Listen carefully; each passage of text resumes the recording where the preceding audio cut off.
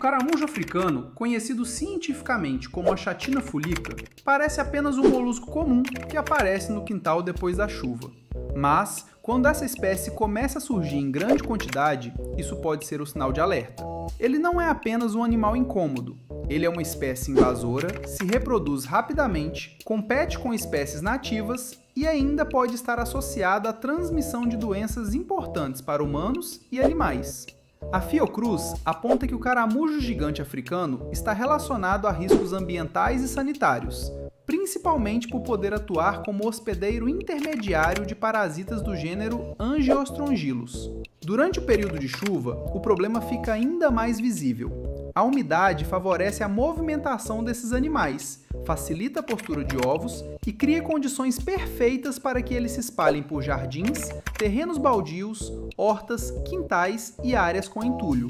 Por isso, encontrar um ou dois caramujos pode parecer algo pequeno, mas ignorar a presença deles pode permitir que a infestação aumente rapidamente. Agora, uma das primeiras confusões sobre esse animal é achar que ele é natural do Brasil.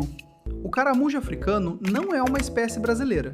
Ele é nativo da África e foi introduzido no Brasil principalmente nos anos 1980, quando algumas pessoas tentaram criá-lo como alternativa ao escargot. O problema é que a criação não deu certo comercialmente. Muitos animais foram abandonados na natureza e, a partir daí, a espécie começou a se espalhar. Como ele se adapta bem, come vários tipos de matéria vegetal e se reproduz com facilidade, acabou se tornando uma espécie invasora. E o impacto ambiental não é pequeno. O caramujo africano compete por alimento e espaço com moluscos nativos. Pode se estabelecer em ambientes urbanos e rurais e, quando se multiplica demais, interfere no equilíbrio local. Isso significa que ele não é apenas um bichinho nojento no quintal. Ele representa uma pressão sobre o ecossistema, principalmente quando ocupa áreas onde espécies nativas já viviam antes dele. Além disso, existe outro detalhe importante. No Brasil, ele não possui controle natural eficiente em muitas regiões.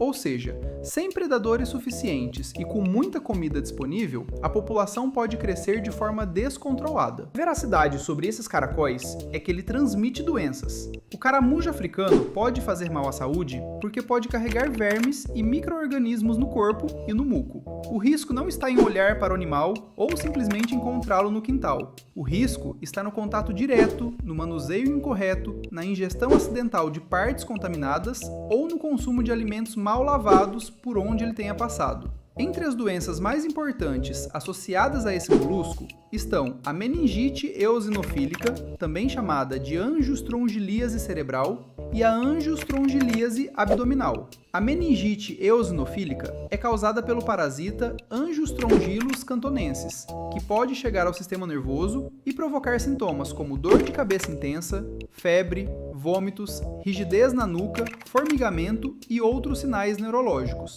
Já a angiostrongilíase abdominal está relacionada ao Angiostrongylus costaricensis e pode causar dor abdominal, febre, náuseas, vômitos, diarreia e perda de apetite, embora alguns casos possam passar sem sintomas evidentes. Um ponto essencial é entender o ciclo. Esses parasitas envolvem principalmente roedores, como ratos, e moluscos, como caramujos e lesmas. Os ratos podem eliminar larvas nas fezes. Os moluscos podem entrar em contato com essas larvas e depois humanos podem se contaminar de forma acidental. Por isso, controlar ratos também faz parte da prevenção. Então, quando alguém diz: "Ah, é só não pegar no caramujo", essa frase é incompleta. O contato direto é uma forma de risco, sim. Se uma pessoa pega o caramujo com a mão desprotegida e depois leva a mão à boca, fuma, come ou toca nos olhos e mucosas, pode haver exposição.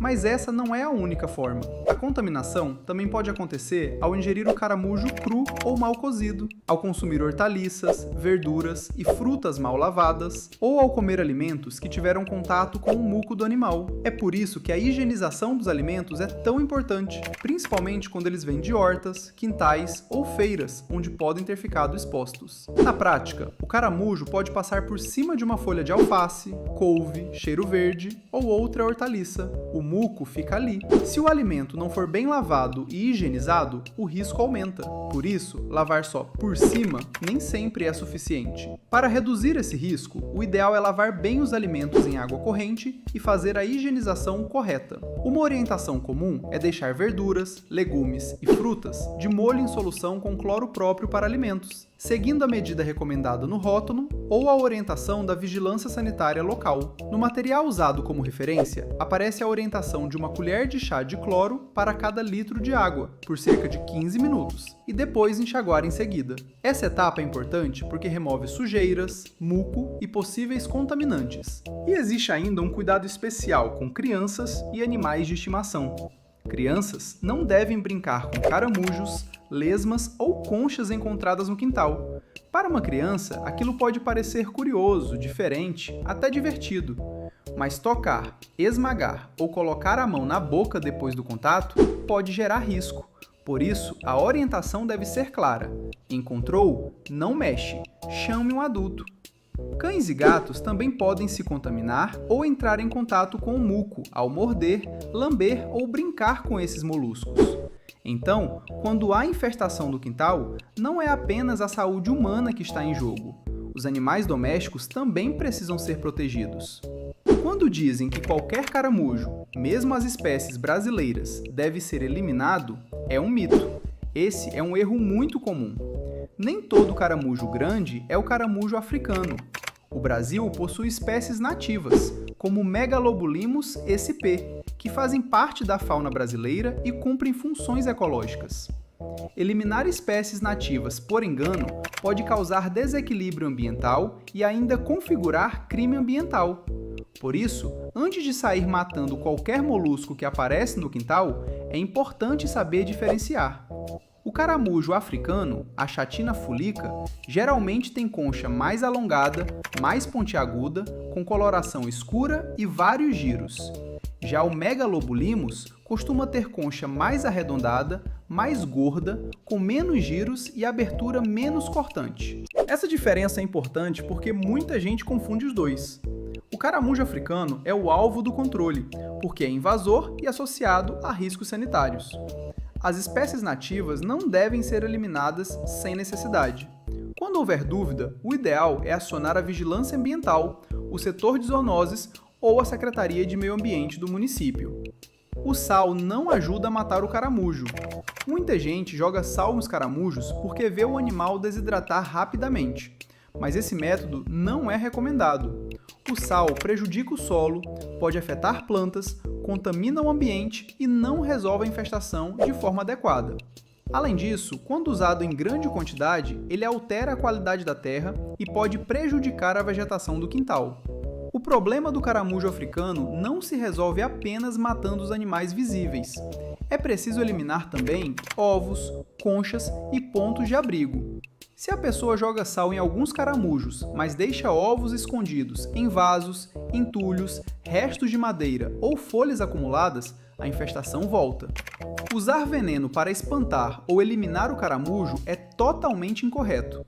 O uso de veneno também não é recomendado, principalmente em casas com crianças, cães, gatos, aves ou outros animais.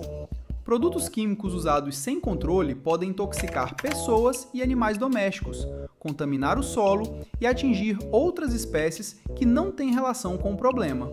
O controle mais seguro envolve coleta manual protegida, destruição correta dos animais e ovos, descarte adequado das conchas e limpeza do ambiente.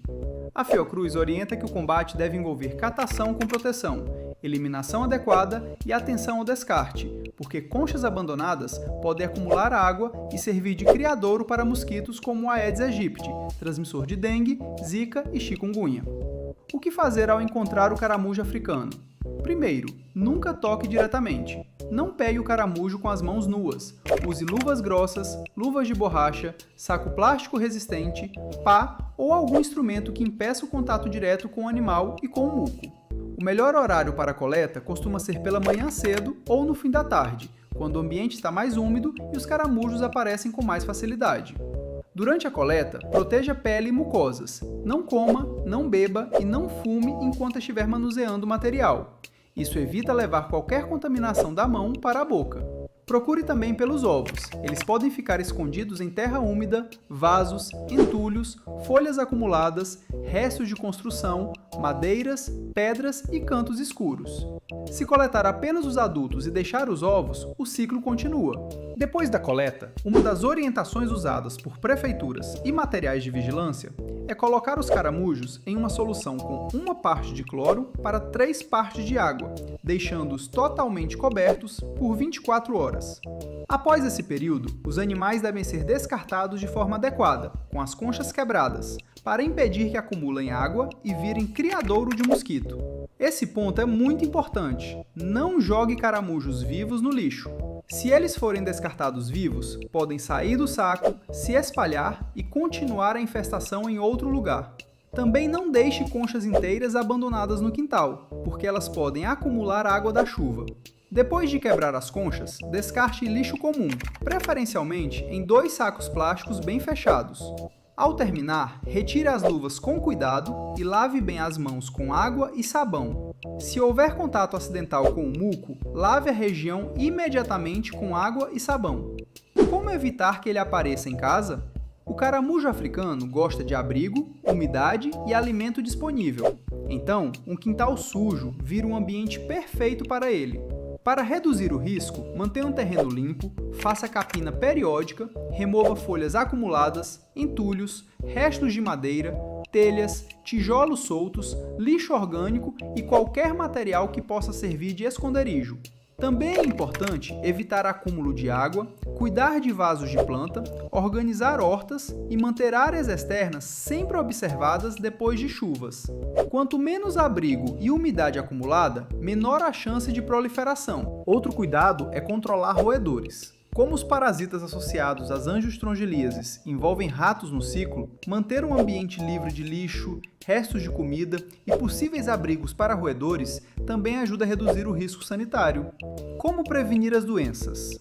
A prevenção começa com atitudes simples, mas constantes.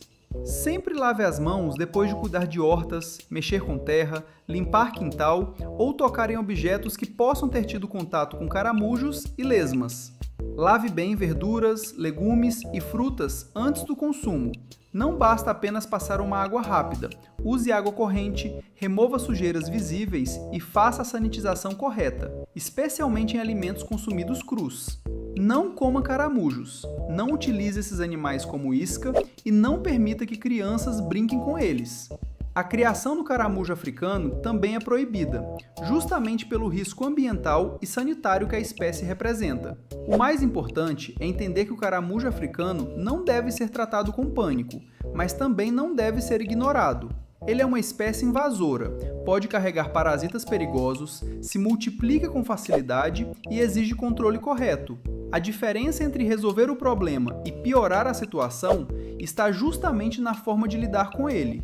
Sem contato direto, sem sal, sem veneno, com coleta protegida, descarte adequado, limpeza do ambiente e higienização rigorosa dos alimentos.